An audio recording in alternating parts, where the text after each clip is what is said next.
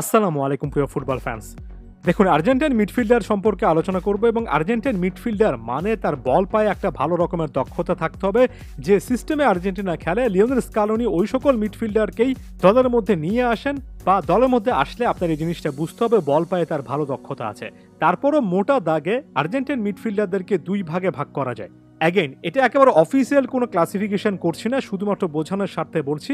যেমন এক টাইপের মিডফিল্ডার রয়েছেন যারা কিনা পাসিং ফুটবলে খুব ভালো পাস দিতে পারেন, একই সঙ্গে ফিজিক্যাল ফুটবলটাও খেলতে পারেন, মাঠের মধ্যে আগ্রাসী একটা মনোভাব নিয়ে আসেন।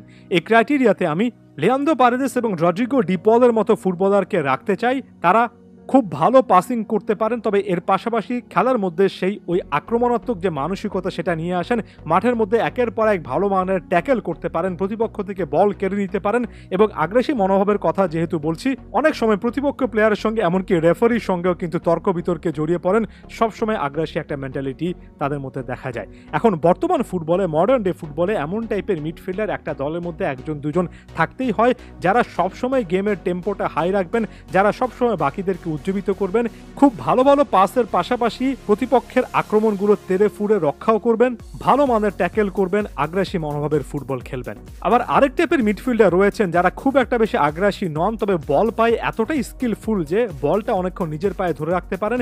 পাসিং ফুটবলের পাশাপাশি অ্যাটাকিং ট্রানজিশন অর্থাৎ ডিফেন্স থেকে অ্যাটাকটা শুরু হওয়ার ক্ষেত্রে এমন কতগুলো পাস দিতে পারেন যেটা আপনাকে ফাইনাল থার্ডের কাছাকাছি নিয়ে আসবে এবং দেখতে তাদেরকে অনেক বেশি করে গিফটেড ফুটবলার মনে হয়। আর্জেন্টিনার এই দলটাতে এমন ফুটবলারের ক্রাইটেরিয়াতে আমি লো চেলসি এবং ম্যাক অ্যালিস্টারকে রাখতে চাই এবং আলাদা করে ম্যাক অ্যালিস্টার সম্পর্কে আলোচনা করতে চাই। 2021 কোপা আমেরিকাতে আমরা দেখিনি, তবে বিশ্বকাপে নিশ্চয়ই ম্যাক অ্যালিস্টারের একের পর এক দুর্দান্ত পারফরমেন্স দেখেছেন। ম্যাক অ্যালিস্টারের একটা স্পেসিফিক বৈশিষ্ট্য হচ্ছে তিনি শুধুমাত্র যে পাসিং ফুটবল খেলেন, খুবই ভালো মানের পাস দেন সেটা নয়, বরঞ্চ তিনি কিন্তু ভীষণ রকমের চাপের মুহূর্তে বলটা নিজের পায়ে ধরে রাখতে পারেন এবং নিজের সতীর্থদেরকে চাপ মুক্ত করতে পারেন। কানাডার বিপক্ষে ম্যাচও দেখলাম, কঠিন মুহূর্তে যখনই ম্যাক অ্যালিস্টারের কাছে বল গিয়েছে, হয়তোবা দরকার পড়লে তিনি বলটা হোল্ড করেছেন, নিজের কাছে কিছুক্ষণ রেখেছেন, প্রতিপক্ষ প্লেয়াররা প্রচণ্ড চার্জ করলো, বলটার দখল হারাননি। আবার যখন দরকার পড়েছে তখন একেবারে খুব কম সময়ের মধ্যে বলটা ছেড়েছেন, এমন এমন জায়গায় ডিস্ট্রিবিউট করেছেন যেখান থেকে একেবারে পুরো আর্জেন্টাইন ডিফেন্স চাপমুক্ত হয়েছে।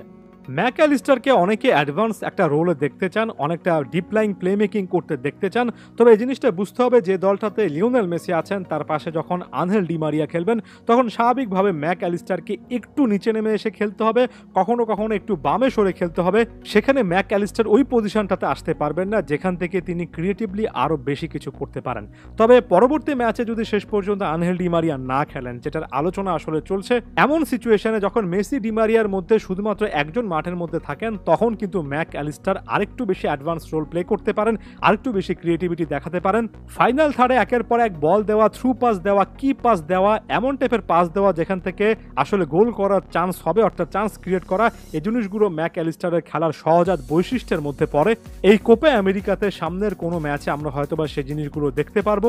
সত্যিকার অর্থে ম্যাক অ্যালিস্টারের কাছে এমন ভিন্ন ভিন্ন রেঞ্জের স্কিল আছে যে এক এক ম্যাচে লিওনেল স্কালোনি এক এক জিনিস তার কাছ থেকে চাইতে পারেন। কোনো ম্যাচে তাকে যদি আপনি একেবারে সেন্ট্রাল ডিফেন্সিভ মিডফিল্ডার হিসেবে খেলাতে চান, সেই টাইপের সার্ভিসও তিনি কিন্তু দিতে পারেন। এক কথায় ভার্সেটাইল একজন ফুটবলার। লিওনেল স্কালোনি সিস্টেমে এমন টাইপের ভার্সেটাইল ফুটবলাররা অনেক কিছু কন্ট্রিবিউট করতে পারেন, ভিন্ন ভিন্ন রোলে, ভিন্ন ভিন্ন ডেতে, অর্থাৎ ম্যাচ ডেতে দলের যখন যেটা প্রয়োজন সেই জিনিসটা করতে পারেন। তাই আর্জেন্টিনার এই সিস্টেমটাতে, লিওনেল স্কালোনির এই স্ট্রাকচারটাতে একজন অ্যালেক্সিস ম্যাক অ্যালিস্টার সত্যিকার অর্থে খুবই গুরুত্বপূর্ণ একজন প্লেয়ার। ধন্যবাদ সবাইকে।